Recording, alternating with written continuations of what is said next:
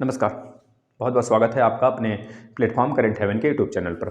मेरे भाई, मैं यहाँ पर डिस्कस करने वाला हूँ कि कौन से ऐसे विद्यार्थी हैं जो आने वाले यूपी टेट में और सुपर टेट में बैठ पाएंगे।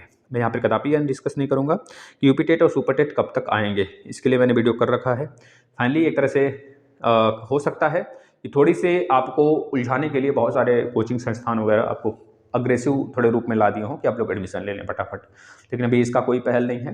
मैं आपको जो क्लियर कट है वो बातें बता दिया मैंने। अब आपको सिर्फ और सिर्फ यह ध्यान में रख लेना है कि क्या आगे आने वाली वैकेंसी ये तो निश्चित है 2023 में आएगी। चाहे जब आए, क्या मैं एलिजिबल हो पाऊंगा, वो एलिजिबिलिटी क्राइटेरिया मैं बताने जा रहा हूँ। आप सभी लोग सुनेंगे। अगर आप डीएलएड किए हैं, बीएड किए हैं, तो भी अगर आप अभी भी अगर डीएलएड बीएड करना चाहते हैं, अगर आप यह सोच रहे हो कि मैं शिक्षक भर्ती के लिए क्या करूं, कि मैं शिक्षक भर्ती आने वाले प्राथमिक विद्यालय में जो मेरे घर के लोग पढ़ाते हैं, मेरे आस पड़ोस के लोग पढ़ाते हैं, तो मैं कैसे शिक्षक बन सकता हूं, तो इसके विषय में मैं बात करता हूं। देखिए, सबसे पहली चीज़ है आपका, अगर उत्तर प्रदेश में हैं आप, अदर राज्य से मध्य प्रदेश और राजस्थान में आप 12th के बाद ही डीएलएड कर पाते हो। वहाँ पे डीएलएड को एक तरह से अलग अलग नामों से भी जाना जाता है। पहले बीटीसी हो गया, डीएलएड हो गया, है ना। तो कई सारे होते हैं जो कि प्रारूप होते हैं डीएलएड के, बीएड के। तो बीएड तो एक ही है पूरे देश भर में, आप समझ सकते हो। और आगे आने वाला भविष्य भी बीएड का ही दिखने वाला है, क्योंकि शिक्षा नीति यही कहती है। सारे चीज़ को हम एक तरह से क्या करेंगे, समरूप, मतलब एक तरह से जो होता है ना कि सर्वांगीण शिक्षा, तो एक ही शिक्षा के मुद्दे पर बात किया जाएगा। उसमें डीएलएड का जो सब्जेक्ट होगा सारा का सारा बीएड में जोड़ा जाएगा। यह बातें कही जा रही हैं शिक्षा नीति द्वारा। अब देखना है आपको शिक्षक बनने के लिए, पहली बात तो बीएड, अगर उत्तर प्रदेश से हैं तो बीएड किए रहें या फिर डीएलएड किए रहें। आप बीएड किए रहें या फिर डीएलएड किए रहें, है ना, ठीक है। दोनों चीज़, ये चीज़ दिमाग में रख लेना है। और डीएलएड वाले बच्चों में तो कई सारे मतभेद भी रहते हैं, मतलब कि कोई बैक लगा लिया है तो यूपी टेट वैलिड होगा कि नहीं होगा, सीटेट वैलिड होगा कि नहीं होगा।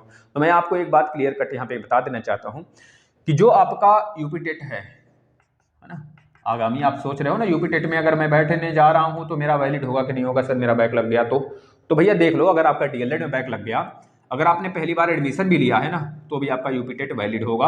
आगामी यूपी टेट जो आने वाले हैं कुछ ही दिनों में या फिर कुछ ही महीनों में, आप उसमें बैठ सकते हो, ठीक है। आपका एलिजिबल होगा निश्चित रूप से। अब आपका जो आपका कोर्ट है, उन्होंने साफ साफ इस बात को एक तरह से नज़रअंदाज कर दिया है कि भाई सेकंड सेमेस्टर के बाद ही बच्चे नहीं, सारे बच्चे बैठ सकते हैं उसमें।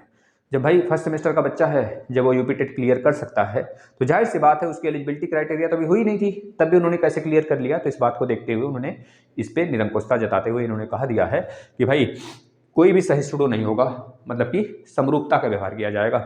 सिर्फ यहाँ पर जो अपीयरिंग है, अपीयरिंग का मतलब यह समझा जाएगा कि भाई वह अपीयर हो चुका है। अगर अपीयर हो चुका है डीएलएड और बीएड में, तो जाहिर सी बात है यूपी टेट भविष्य में देगा। तो चाहे फर्स्ट सेमेस्टर का बच्चा हो, चाहे वह सेकंड का हो, चाहे थर्ड का हो, चाहे फोर्थ का हो, वो आराम से देगा यूपी टेट और क्लियर भी माना जाएगा उसका। चाहे जब बैक लगा है तो भी आपका क्लियर माना जाएगा। बैक क्लियर करने के बाद ही आप सुपर टेट के लिए एलिजिबल हो सकते हो भाई, इस चीज़ को याद रख लेना। यह तो रहा यूपी टेट की बात जो मैंने कर दिया, आपको क्लियर हो गया होगा कि बैक लगेगा तो होगा कि नहीं होगा, है ना, ये चीज़ें। और दूसरी तरफ मैं अगर बात कर लेता हूँ आपका सुपर टेट के लिए, भाई देखिए सुपर टेट के लिए आपको प्रशिक्षु सबसे बड़ी चीज़ है कि आपकी डिग्री आपके पास होनी चाहिए, चाहे डीएलएड हो चाहे बीएड हो। मतलब कि लास्ट सेमेस्टर, अगर मतलब आज के डेट में अगर मैं मान लेता हूँ, आज मान लीजिए कि 7 या 6 जनवरी, कितनी जनवरी भाई, 6 जनवरी होगा। कितना जनवरी भाई बताना जरा, देखना। 6 जनवरी मैं मान लेता हूँ, 6 जनवरी माना भाई, 6 जनवरी है आज। तो 6 जनवरी को 12 बजे दोपहर में भर्ती आई, किसका, सुपर टेट का। अब इमेजिन करो, फील करो कैसा लग रहा है। तो बताओ 12 PM पर भर्ती आ गई, तो इसके जस्ट पहले अगर 1 घंटा भी पहले अगर आपका रिजल्ट घोषित हुआ हो बीएड और डीएलएड का फाइनल सेमेस्टर का, तो आप वैलिड हो गए। अन्यथा कंडीशन में वैलिड नहीं होगे मेरे भाई।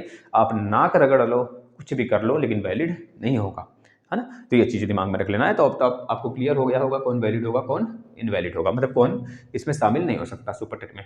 तो जाहिर सी बात है जिनका बैक रह जाएगा वो बच्चे उलझ जाएंगे उसी में। तो कोई बात नहीं, यह रहा थोड़ी सी कहानी जो मैंने आपको बताया। अगर आपको समझ में आया हो तो आप शेयर जरूर करिएगा, आपसे रिक्वेस्ट है। और पढ़ाई कंटिन्यू रखिएगा, भर्ती चाहे जब आए मुझे फोड़ना है, इस बात को विश्वास रखना है। बस आपके ये 2 चीज़ थोड़े डाउट थे कि भाई यूपी टेट और सुपर टेट बैक वाले बच्चे का क्या वहाँ पे रिस्पॉन्स रहने वाला है, तो मैंने उसको क्लियर कर दिया है। मतलब आपको सुपर टेट में बैठने के लिए पूरी डिग्री आपके पास होनी चाहिए। यह जरूरी नहीं है कि कॉलेज से आपको मिल ही जाए। जैसे कि अभी केवीएस में देखिए, उन बच्चों का जो केवीएस डाले हैं, लेकिन उनका मतलब कि जो 18 बैच के हैं, 17 बैच के हैं, 19 बैच के भी बच्चे हैं जो यूपी टेट सीटेट पिछली बार क्लियर कर लिए थे, तो उनका वैलिड होगा, उन्होंने सीटेट का मतलब केवीएस का फॉर्म जरूर अप्लाई किया होगा। तो ऐसे बच्चों के लिए जो डिग्री है, मतलब कि जो उनका मार्कशीट है, उसके लिए आयोग से एक तरह से यह कहा जा चुका है कि भाई आप लोग अपने डाइट पर संपर्क करके अपनी डिग्रियां ले सकते हैं। क्यों? क्योंकि केबीएस के प्रेशर की वजह से, केबीएस की शायद वैकेंसी नहीं आती तो उनका भी मार्कशीट फंसा रहता।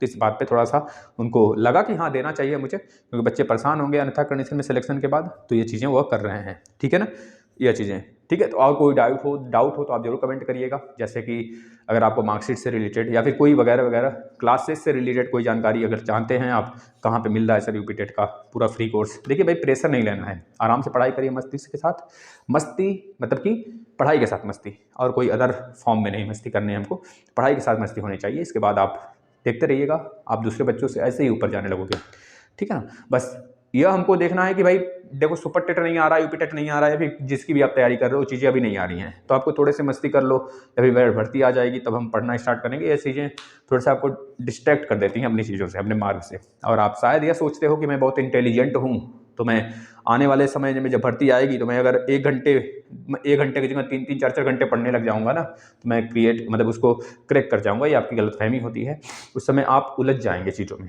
समझ रहे हो ना, और आपके ऊपर बर्डन बहुत ज़्यादा हो जाएगा, आप सही से ना सोच सकोगे, नहीं सही से खा सकोगे खाना, और आपका हो सकता है सेहत खराब हो, तो आप एग्जाम से भी थोड़े से डिस्ट्रैक्ट मतलब बहुत दूर हो जाओगे।